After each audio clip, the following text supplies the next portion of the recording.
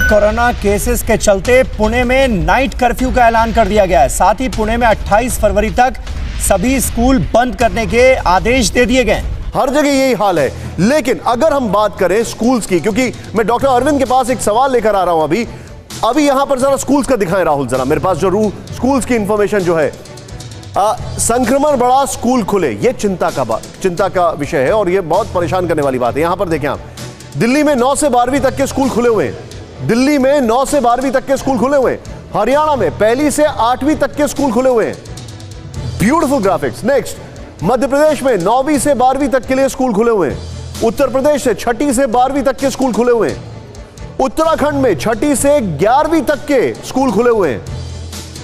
बिहार में 6ठी से 8वीं तक के स्कूल खुले हुए हैं। गुजरात में 9वीं से 12वीं तक के स्कूल खुले हुए हैं। राजस्थान में 6ठी से 8वीं तक के स्कूल खुले हुए हैं। पंजाब में प्री प्राइमरी से लेकर 12वीं तक के स्कूल खुले हुए हैं। और होल्ड, पंजाब में CFR यानी केस फैटेलिटी रेट सबसे ज्यादा है, मौत का आंकड़ा जो होता है पर केसेस के हिसाब से। जम्मू कश्मीर में 10 से 12वीं के लिए स्कूल खुले हुए हैं। आंध्र प्रदेश में 1 से 12वीं तक के स्कूल खुले हुए हैं। मिजोरम में 10वीं से 12वीं तक के स्कूल खुले हुए हैं। मेघालय में स्कूलों में पढ़ाई शुरू हो चुकी है। तेलंगाना में 6ठी से 12वीं तक के स्कूल खुले हुए हैं। कर्नाटक में 9वीं से 12वीं तक के स्कूल खुल गए हैं।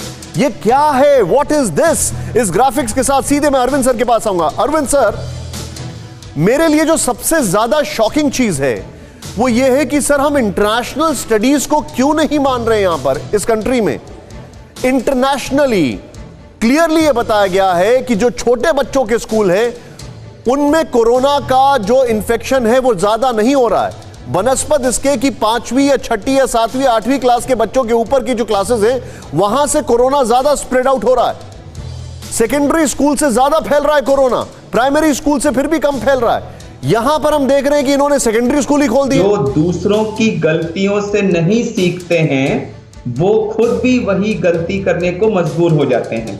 तो मेरे हिसाब से, और ये मैं 1 महीने से मुझे इस चीज का अंदेशा था कि जिस तरह से हम नियर नॉर्मल की तरफ भाग रहे हैं बिना किसी सोच विचार के, ये सोच के इस गलतफहमी में कि हमने तो कोरोना को कंट्रोल कर लिया, तो इस गलतफहमी में ट्रंप साहब भी थे, यूरोप के लीडर्स भी थे, वहां की पब्लिक भी थी और उन्होंने भी यही सब किया।